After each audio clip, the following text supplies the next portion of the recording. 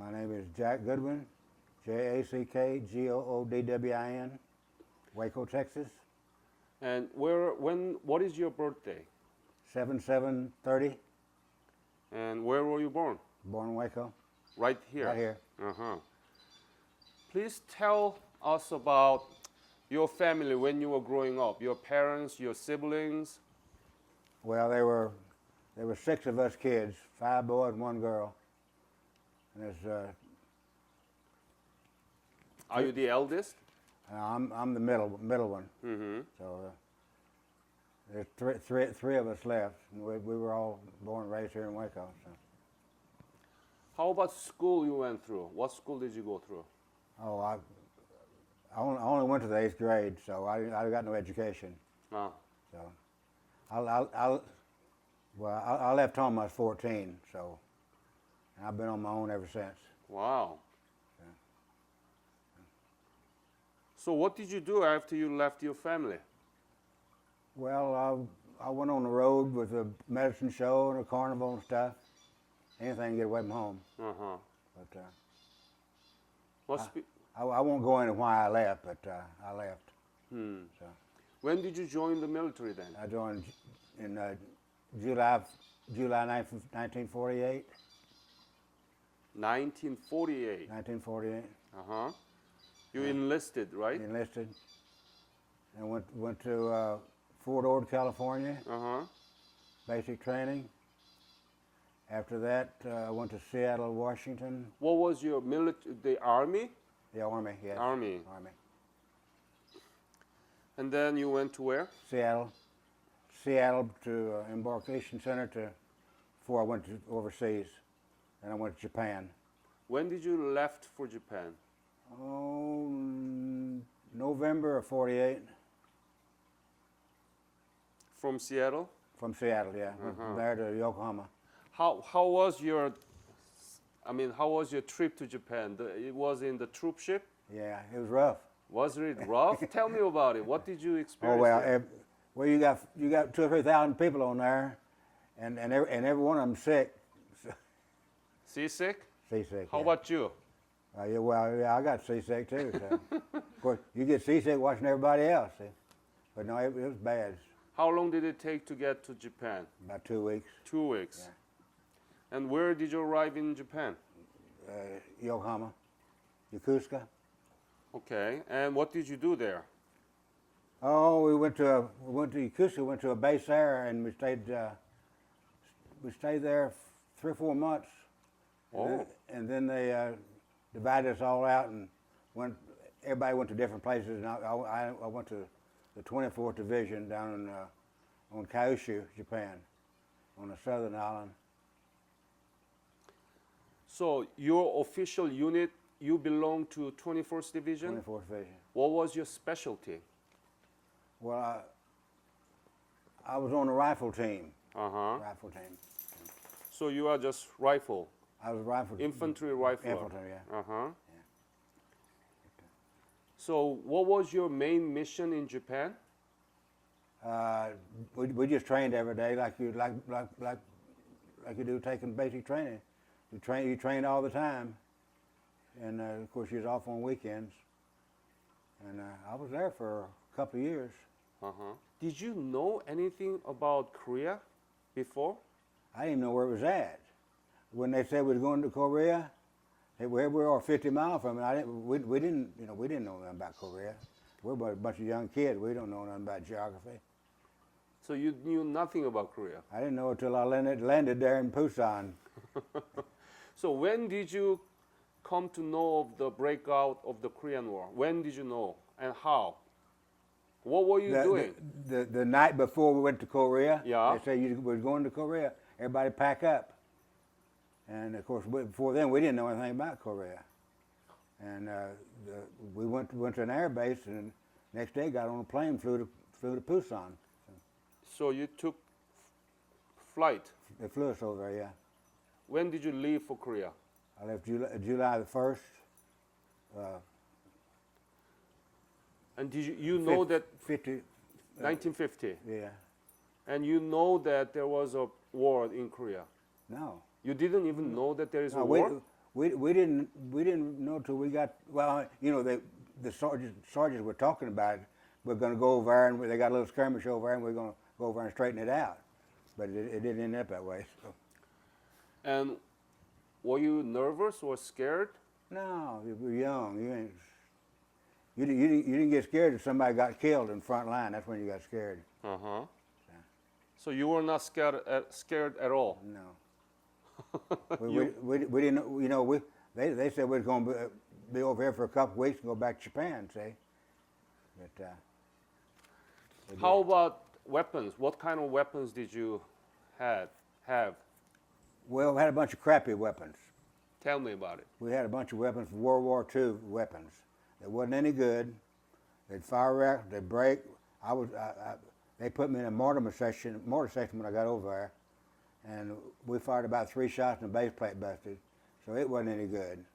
And I went up on the front line with a carbine, and it wouldn't work.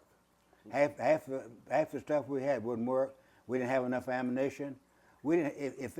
They say there were 20,000 people coming at us. We didn't have enough bullets. If we didn't hit one with every bullet, we wouldn't have killed all of them. Oh my goodness. So, no, we run out of bullets after about 4 or 5 hours. No, we landed at Busan, and we got on a train, and we went probably 100 miles. Uh-huh. And then we couldn't go any further on account of the war. Then we got on trucks, and they just took the trucks away from the Koreans. They make them get out, and they put us on the trucks. Uh-huh. So we went from Busan to Osan. Osan. And we dug in July the 4th, and we were attacked the next morning. And we were with Task Force Smith. That was the first group over in Korea. Yeah. If you've been to Osan, you heard about Task Force Smith. When you dug into Osan in July 4th, 1950, how was it there? Were there enemy? Were you able to see them, or how was the situation there? No, of course we dug in at night. Yeah. And the next morning we could see them coming, way off in the distance. Uh-huh. We was on a hill, we could see them way over there. And you could count, there was about 30-something tanks coming at us. And then all these soldiers, and we didn't have nothing to stop a tank. Right. We had little bazookas, but they wouldn't stop a tank. And they just come right around and went around and started shooting at us from the backside, see. How many soldiers in Task Force Smith at the time? 406. 406. And you were not ready to fight these North Korean tanks and enemies, right? No. No. And I got a plaque in there. It says there were roughly 20,000 of them. So we didn't have much of a chance. We held them off for about 7 hours. And out of the 406, there's about 150 got killed. 90 got captured. 150 killed? Yeah. How many were captured? 90. 90. I was captured the next day. Next day, so July 6th. Yeah. My goodness. Tell me the details. How was the first encounter with North Koreans? Tell me about the details. Well, we got off the hill, and we were walking south. We walked just about all night, so I guess wee hours in the morning, and they put us in a village. They just run all the civilians out and put us in a village there. And the next morning I woke up, we were surrounded. And there was 12 of us in this house.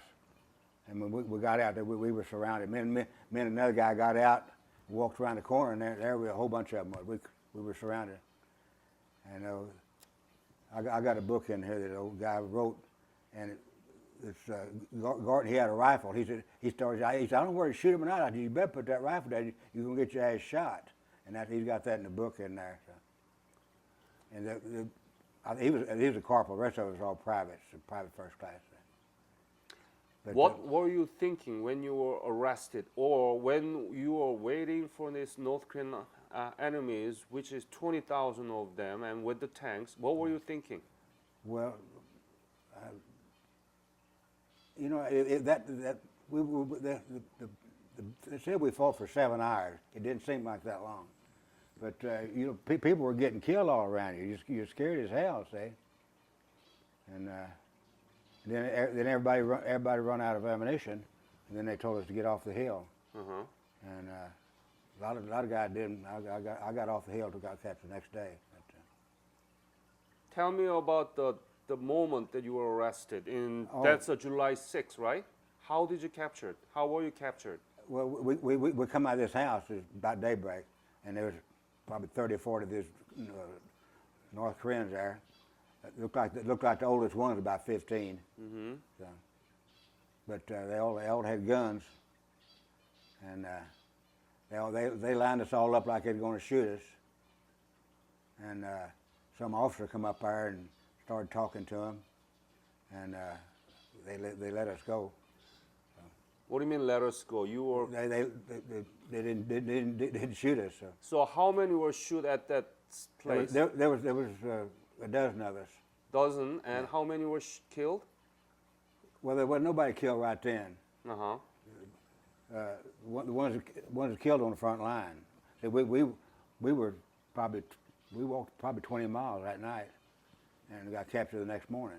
So 12 of you were not being killed at the spot. Right, we got captured. And how do they treat you?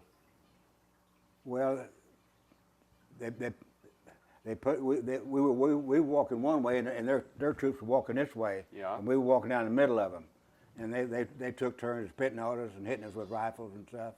So, but then we got up to an area, and then they found some more guys, and some more and some more. We kept adding to it, and so we all got to the next day. We all ended up at Seoul. And Seoul or Suwon? Seoul. Suwon. Seoul. Seoul. Yeah, we walked all the way. We what, 18 miles from Seoul? Yeah. So we walked about that far. Got up there, and we were in City Hall, behind the City Hall. I got a picture in there of all us sitting there, and I got a VCR tape of it of us sitting there getting captured. And by the 8th, then there were probably 150, 200 of us. 150, 200. And then they kept capturing more and more, and by the end of the month, there was 750 of us by the end of the month. So, how do they treat you? Do they hit all the time? Do they give you enough meal, or what happened? No,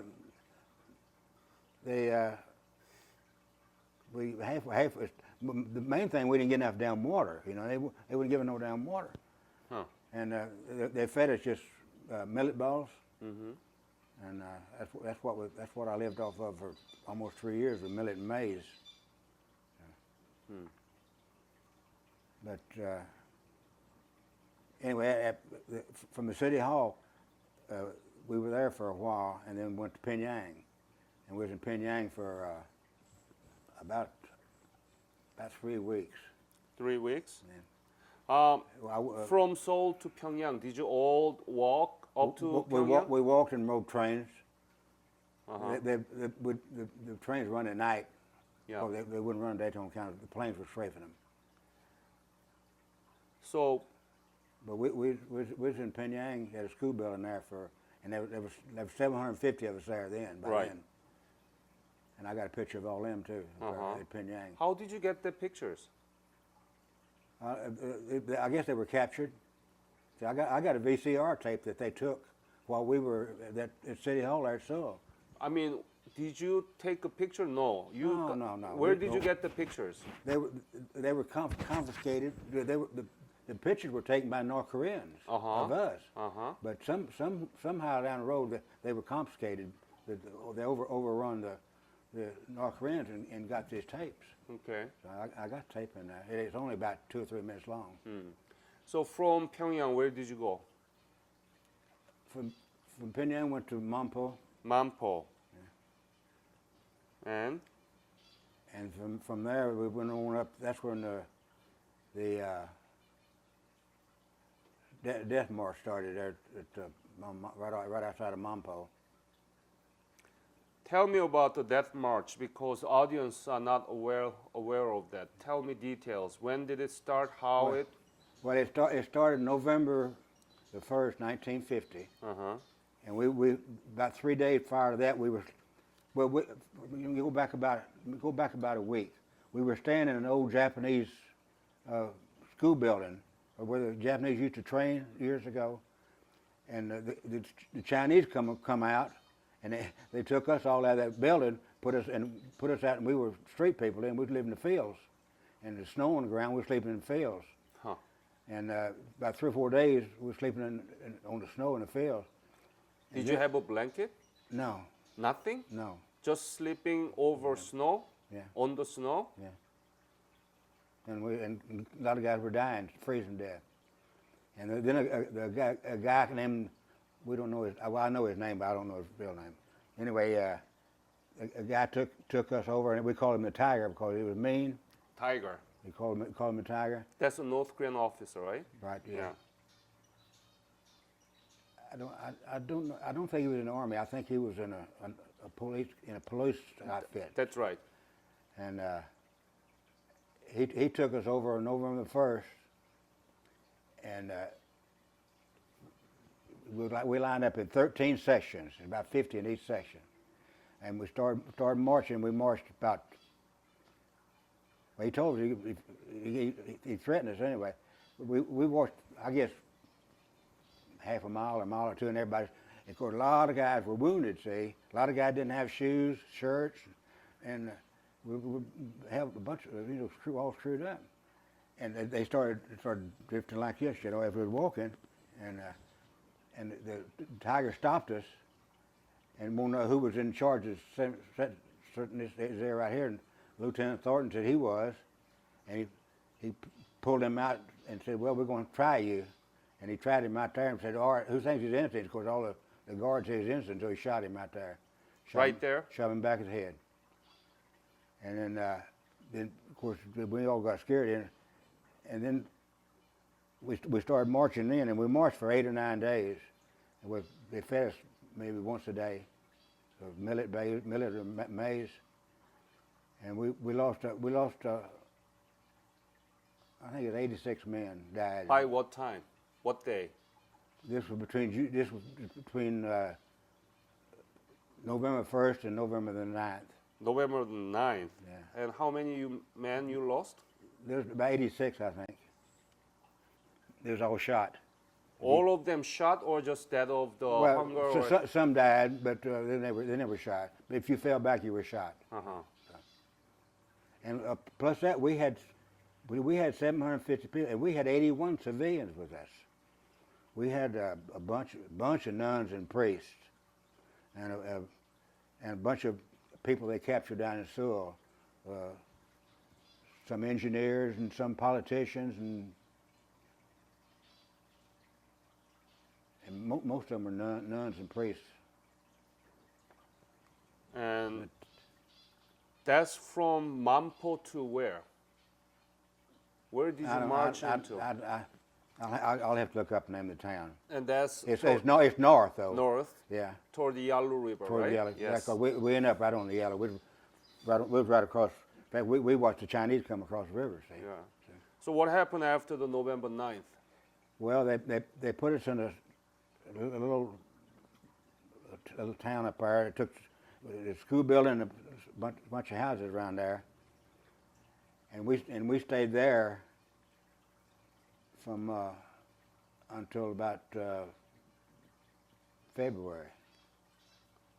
We lost 200 men between the end of the march and February. 200 men died. Most of them froze to death of malnutrition. Beriberi. So we all had beriberi, and we all had night blindness. Couldn't see at night. Because we wasn't getting no food, see, with any proteins in it.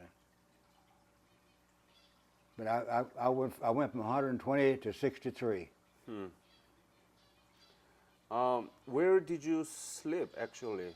Well, we was in there were several little houses around there. Yeah. And there was a little school building when I was in the school building there. And how many men in the one room? oh gosh, we just like this, almost on top of each other. But it thinned out. People were dying off, and see now we're still in fatigue. We're still in clothes that we were captured in, and it was 45 and 50 below zero. Mm-hmm. And you wake up Sunday. I know what they put some guys in a building, and one end was out the building, and next morning that's about a dozen guys. And the next morning, there's only one of them alive. All the rest of them froze to death. The one guy said he was afraid to go to sleep. That's the reason he died.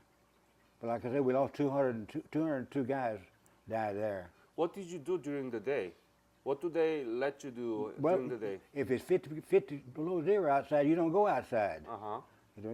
Well, most of the time you sit there and kill damn lice off of you. Because we were covered with lice all the time. So, and you take them and kill them out of the seams, and the next day they're back in there again. So. And of course we all had worms. We all had full of tapeworms. See, everybody was dying. See. Yeah. So. What were you thinking when you were there in that classroom in the school? Well, you think about the next day. Mm-hmm. If you're going to be one that they took out there and buried. See. Of course, we didn't bury anybody. We had burial details. We put a guy over. Two guys were here with a post. They put this guy with a post. We'd take him out and put him in a hole we could find because you couldn't dig because the damn ground was froze. See. Hmm. But see that between the time the death march started and after we left that school building, and we left that school building and we went back to the Japanese building where we were to start with, and it's fairly nice. See? And by that time, all of our guys died. Well, they went up there and took the tiger away from us. Mm-hmm. Kicked him out, and the other guy took us over was a little bit better. But see, they didn't have no food because they didn't have enough food to feed themselves, much less 600 or 700 other damn people come up there. So from there, where did you go? We went back to the school building, and we stayed there. To where? We went back to this school building, where this building, the Japanese building. Yeah. Went back there and stayed there till about September of '51. Mm-hmm. And then they brought us out and they put us on boats. And we went down to the Yellow River to Camp 3, the Chinese camp. They turned us over to the Chinese. But see, all that time we were under the Koreans. Right. So, and when they put us under the Chinese, well, they started fattening us up and give us some clothes and treat us a lot better. A lot better? How? Give me the detail, comparison. Oh, well, you had 2 meals a day, all you wanted to eat. You had warm clothes on. We thought we was in heaven, man. Mm. So, in fact, when there was over 200 of us turned over Chinese, and we went down there and they had pots of rice they was waiting for us, and we went down and started filling our pockets and stuff up with that rice, So that's how we used to stay alive, is stealing, see. Who was the instructor? Was it Chinese or American or? Well, you know where Baylor University is? What? You know where Baylor University is? No. It's here in town. Yeah. One of the guys lecturing me was from Baylor University. Really? Yeah. Was it American? No, it's Chinese. Chinese. Yeah. But from this university right here. Educated here, yeah. How did he end up there? Well, he went back before the war started. See, we had quite a few people that. I was there one day, and a guy come up and said, the guy said, "Hey, you from Wake Hotel?" I said, "Yeah." And a soldier come out just looking at us. He wasn't a guard; he was just a soldier, and he spoke perfect English. And he was talking to some guy, and the guy said, "Jack, ain't you from Waco?" This guy said, I went up and talked to him. He was from Waco. He'd been in Waco here, and he went to school here too. And I asked him about a few places in town, and roads and everything. But he was here. I could tell by the way he answered the questions. So how did you feel about it? The instructor. I mean, he was a nice-looking guy. You know, he was an officer, and he was just in the Chinese army. See, but just about all the well, not all, about half of the ones that give us lecture were from the States, but the ones that was educated in China, we couldn't halfway understand them because they spoke English. They didn't speak the slang that we speak. See. And of course, they couldn't understand us half the time because we were speaking American, they're speaking English. How long did it take every day, the classes for brainwash? When it first started, it would be 2 or 3 hours in the morning, 2 or 3 hours in the evening, see. How many times a week? Every day. Every day. Well, like I say, they didn't do it very long to us. They give up on it. But after that, you know, all we did was just sit around and play basketball and stuff. Basketball? So you had a basketball? Yeah, basketball and baseball. See. Huh. See, after we were there about 2.5 years, see, well, when the Americans, the North Korea, and the Chinese all got to negotiating, well, they turned all of our names over then, and we knew we was going to live then. See, we knew they weren't going to kill us all because they had already turned our names over to. So. Let me ask this question: when did you begin to write letter back to your family? Did they allowed you to write a letter, right? Yeah, the last year we were there. Last year, meaning 1953. 53, yeah. And how many letters did you actually write back to your family? I wrote about probably 7 or 8. 7? 7 or 8. But all my letters got through because I wouldn't write nothing on there that. But the only thing I write was doing okay, you know. Glad to get home, all that stuff. But if you wrote on there you're getting treated bad, that letter never got just to the damn office up there. Right. They read all the damn letters, see. But at least you were able to tell your family that you are alive and in the prison camp, right? Yeah. They didn't know. They didn't know for 2 years that I was alive. So. Yep. So do you still keep that letters? Yeah, they're around here. Typical day. How? It just drab, you know. There wasn't a whole lot to do, and you know, just sitting around, play games and stuff. What games? Tell me about those well, games. They played baseball and basketball. See. Anything else? Yeah. Were you able to play card? Well, you had to make your own cards. You know, they got paper. They got some cardboard stuff. You know, made some cards out of it. So you made your own card? Yeah. Did you draw it? Oh well, I didn't play, but yeah, they had everything on the little cards. You know. Yeah. Did you have a colorful pen, color pens, or no. just a pencil? Yeah. And you guys playing card? Yeah. I know. I went to a reunion one time, and this we were talking about being under the Koreans, and this woman was interviewing and said, "How come y'all didn't write all that stuff down?" I said, "Well, what the hell are you supposed to write with, or what you going to write on?" We didn't have no paper, no pencil, no nothing. See, all we had was the fatigues we had on. See. Were you able to take a shower there? The first 14 months, I never shaved, never brushed my teeth, never took a shower, never changed clothes. And then after that? After that, we turned over Chinese, and then they give us clothes. See. And were you able to take a shower? Well, there was a lake there. Lake. Yeah. And by that, it was still warm enough to take a swim there. So. And you were able to wash your clothes. Yeah. Well, we didn't have to. They gave us new clothes then, so. But all the fatigues, we never got to wash them. So you have only one uniform. Well, so one you had on, yeah.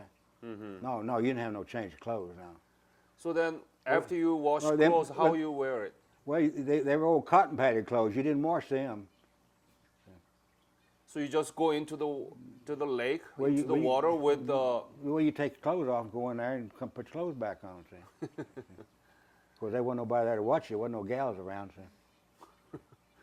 How about during the winter? Did you have any heat in your room? No. No heat? No heat. No heat at all? I'm afraid the guy froze to death. See.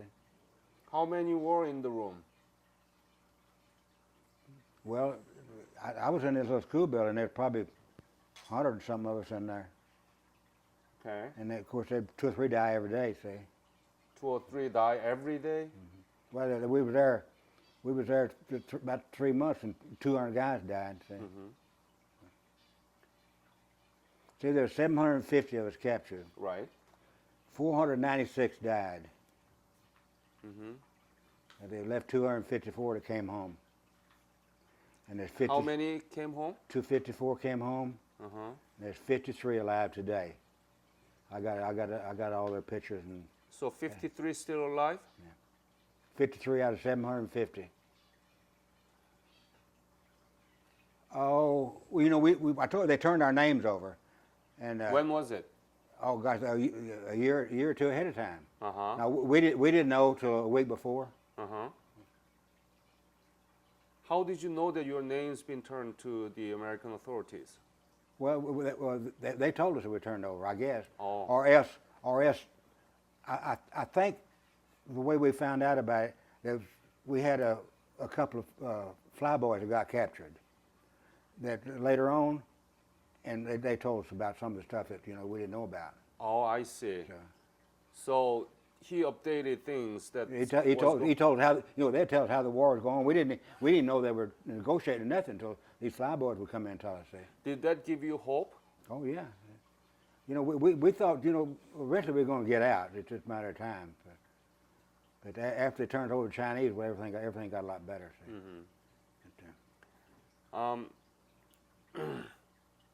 Tell me about when actually you left Camp 3 to Panmunjom. When did you leave for Panmunjom?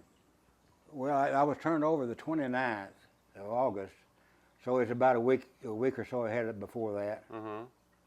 And they put it down there in Freedom Village, and we sit there for a few days till they called our name, and then we went on across over to Freedom Village. And that was the best thing we got turned over. See? Tell me about that. I didn't have any clothes on. You didn't have any clothes on? All naked? We didn't want to take nothing back. There's about 20 guys in this truck.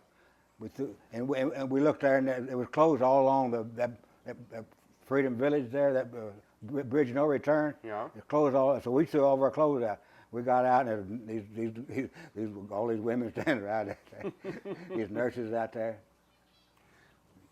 Tell me, the moment that you were crossing the bridge of no return, what were you thinking? I just happy, probably crying. Well, when I first seen the American flag. And we wasn't there long. We was there too. First thing you know, they put us on a ship.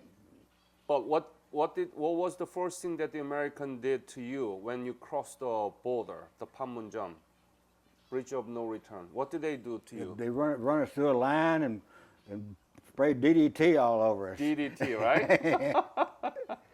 Difficult times. What made you survive there? Well, life wasn't all that rough there. We'd already been through the roughest part, see, and you just killing time, waiting time go by. Did you have hope that you wanted? Oh yeah, you had hope. Yeah. Did you believe in God? I did till the death march started. Oh, you began to believe in God? No. I believe in. I got to lose. I lost him there. Oh. We had when the on November 1st, the day the death march started, there's about 20 guys, 18 or 20 guys. Most of them were real religious guys. They were all praying. And they said, well, they're not going to go. They told me if they didn't think they'd make the death march, they'd just stay there. They'd take care of them. And they all stayed back there. And we walked about a half mile, and they shot we heard them shooting all them guys. I lost it right there. Where's the God at now, huh? And then here we get all these guys dying every day and getting shot and all that stuff. No God, nobody. And I'm not the only one. Just about all the POWs like that. So we end up agnostics. I'm not the only one. The whole world's getting that way. Europe You know, America's supposed to be a real religious country. Europe's about less than 50%, way less than 50%. So you went back to San Francisco, and then what happened to you?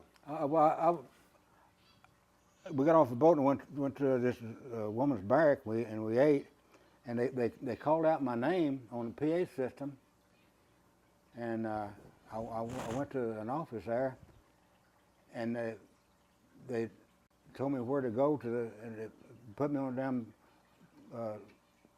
car and brought me to the airport, and put me on a damn plane to Waco. Right From Waco. I landed in San Francisco. Next day I was home. And I never did. I thought, well, you know, they got my name mixed up with somebody else. Somebody had an emergency or something, see, and it got my name because no, all the rest of the guys they had to either wait a few days to get on a plane or have to go car or train. And here the next day I was home.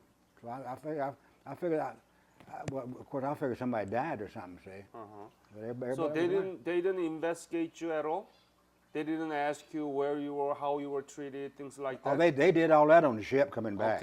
Okay. They interrogated us for a long time on the ship, see. Really? In fact, I got my dossier from the government. It's about that thick, and a lot of the stuff on the ship that they asked me questions, I've got it written down. Mm-hmm. So then, after you, please tell me, when did you arrive to your home? Do you remember? Well, let's see, August 29th. About September? About September, yeah. Yeah. Tell me the moment that you saw your family. Well, I haven't seen him. I've been gone 5 years, see. So I left in 48 and didn't get back 53. Right. And I had 3 little brothers there that were grown. You know, they were like like this. Now they're like this. Yeah, you know, you didn't hardly know anybody. So. And of course, I was screwed up anyway, man. Please tell me, in your opinion, about the role of Task Force Smith. What did they do? Well, we were put in a bad situation to start with a bunch of obsolete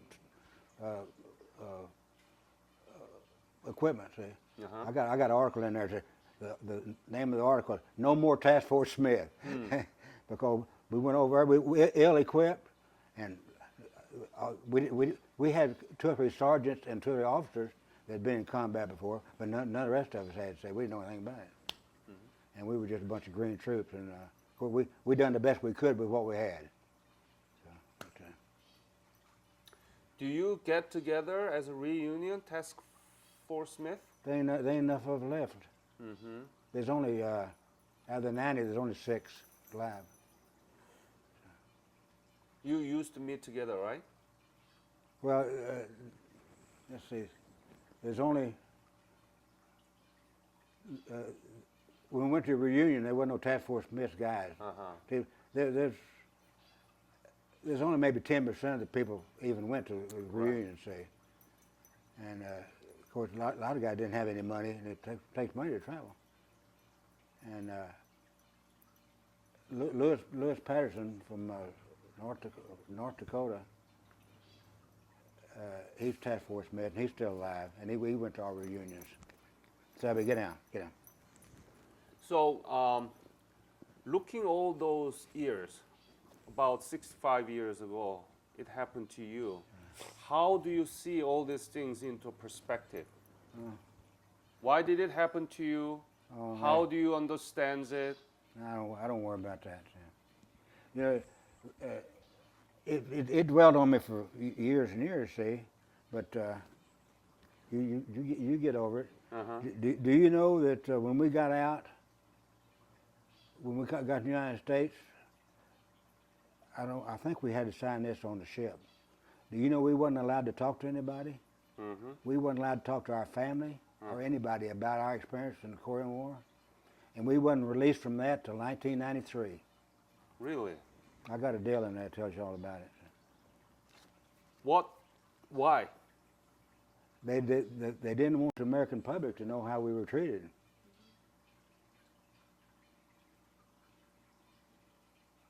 That's bad. See, I never said anything to my family until my first reunion, I think, was 1969.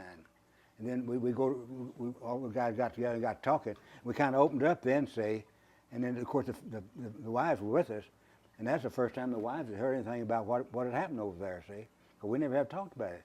But when we went to reunion, we kind of opened up with each other. Then the wives would listen in, see, and they'd find out what we went through. Do you regret? No, I don't regret nothing. Like, you don't live around, I'm going around once, so. So. No, I've got a good life. I've done good. You know that we are still divided north and south, right? Oh, yeah. What should we do with the North Korean people? Leave them alone. They ain't got crap, man. What do you mean by leave them alone? Well, they say, well, they got an army. Yeah. You can't walk on water. They ain't got no Air Force to speak of. They ain't got no Navy. They can't get. They fight on the homeland, but leave them alone. And they're still starving to death, you know. And they got. I've read this book about this Camp 7 up there. Have you read that? Have you read that? Yeah. You know, well, they got. They're living the same damn life that we lived as prisoners of war. Mm-hmm. They're eating grass and trees off bark and stuff, say, over there. Mm-hmm. And they're 10 to 15% of them dying every year. I've read two different stories, two different books of guys that came back, say. They escaped that one guy that turned his family in, they killed his mom and his brother. I guess you've read that. So leave them alone means what? Do not relate with them. No, don't trade with them. Leave them alone. And they say they got the atomic bomb. You know, atomic bomb goes like this. Ooh, it got this mushroom cloud. They said the atomic bomb went floop like this, and we're scared of them. And they shoot these rockets out in the ocean out there. They don't know where the hell they're going. Mm-hmm. So why should we worry about that? See, and they ain't got enough money to do a whole lot of stuff. And if they signed a deal with Iran today. If Iran quit trading with North Korea, then North Korea won't have nobody to trade with. See. Do we have to provide the food aids to them? No, hell no. No? Let them starve. Let them starve. Right. I mean, if the people won't let them do the uprising, it's their country. So leave them alone. Okay. We'll see. Okay. Yeah.